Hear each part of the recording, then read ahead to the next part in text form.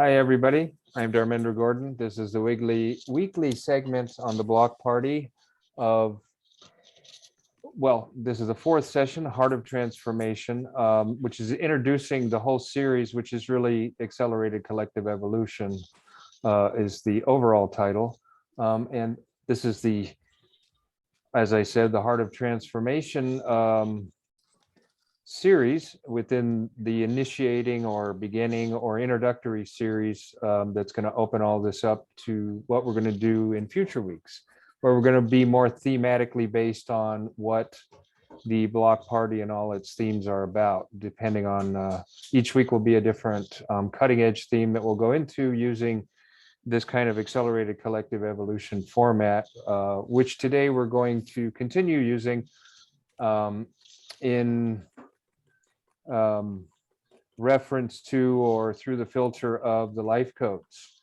And I've already kind of given some brief explanations in previous videos of what that's about. Today, we're going to go into the 64th life code, and we're going to be working through the entire spectrum of consciousness of the 64th life code. And the spectrum of consciousness goes from the shadow of confusion to the gift of imagination to the city of illumination. And we'll find out what that's about when I'm done with this introduction and we go into our session, which won't be recorded. So just for future reference, for any of you that get to hear this, just know that if you want to actually jump in and experience this, you have to show up here and then join us in a separate breakout room for the actual work that we do, which is rather profound and revealing and always enjoyable.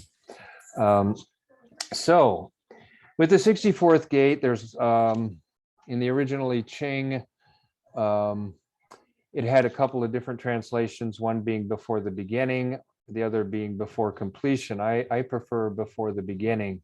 This, as the 63rd gate we did last week, is after the end or after completion. And once everything is complete, and then it's time to move on to the next, whatever process you're going to move on to. And so that's why I like before the beginning.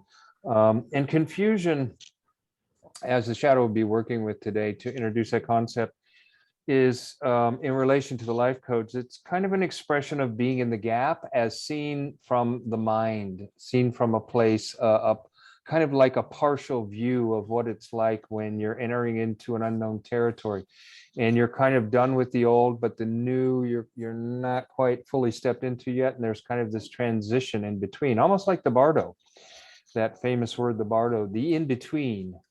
That's really a good way to relate confusion to our human experience through our the way we experience in our life codes. In other words, how we immerse ourselves into what that is when it's happening to us.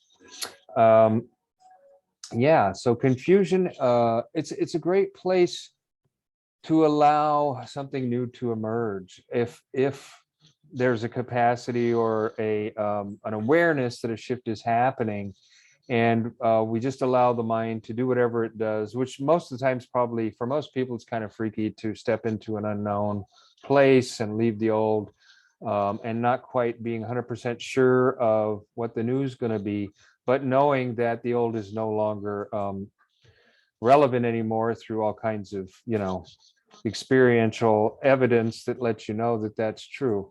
And yet the new is kind of like you're facing it and wondering what it's about. So that's the mental conditioning. It has that element of fear, as all shadows do. It's like, oh no, we're letting go of the familiar. Where are we going?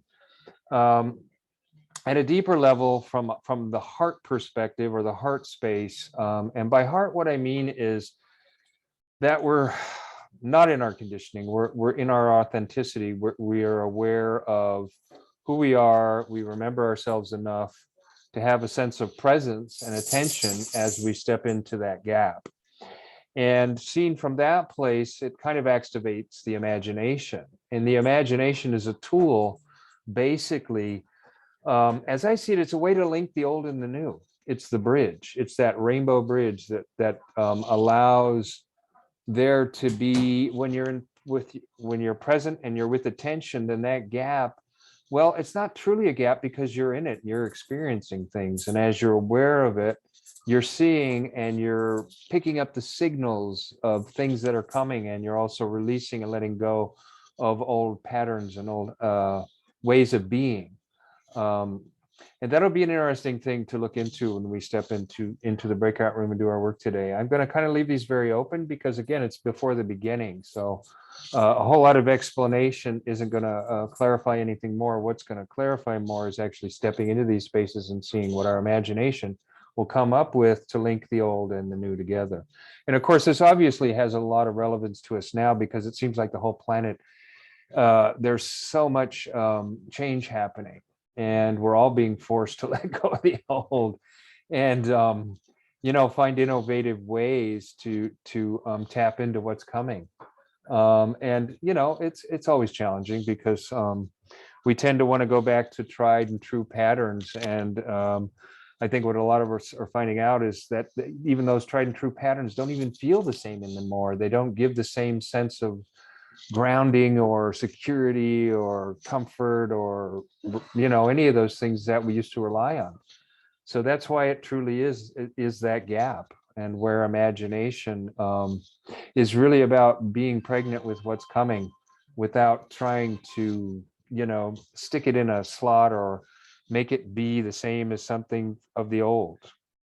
And then as we step into the city, the higher purpose, well, illumination. To me, illumination is the way existence gives us presence and gives us gifts and shows us things that we didn't expect, that are new. It's kind of also the way an artist or a dancer or a designer or an architect can tap into very creative modalities for expressing new forms of whatever their artistic medium is, like the light bulb. It's kind of like the light bulb going off.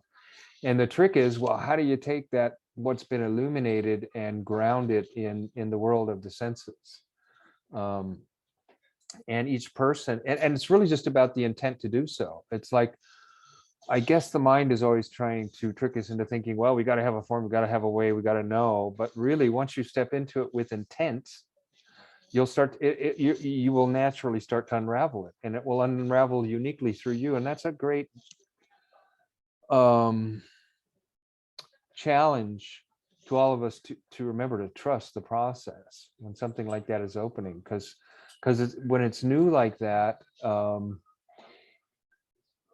yeah, it's so simple when you have the intent that you ground it, that simply doing that, you'll start to jump into the process and it'll unfold through you. And that's where the trust comes in, because then there's no track to follow except whatever you're experiencing and sharing and creatively manifesting in whatever your medium is as it's happening.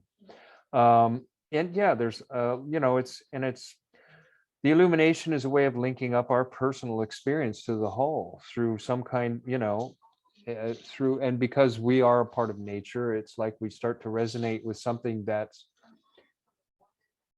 being revealed through nature through us. And it takes on some symbolic expression, and it's a gestalt, it's a whole picture that we're being given. And how do we elaborate upon that? And again, that can apply to all of this, and about bringing the vision forth of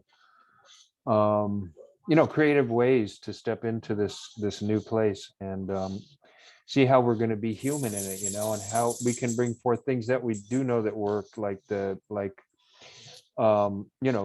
related to climate healing and vegan practices and things like that, and also meditative practices and acts of compassion, et cetera, things that we know could be very powerful in moving us forward in the most gentle and yet the most skillful way possible. I think that will suffice, Jamin, for an introduction to this segment. So here we go.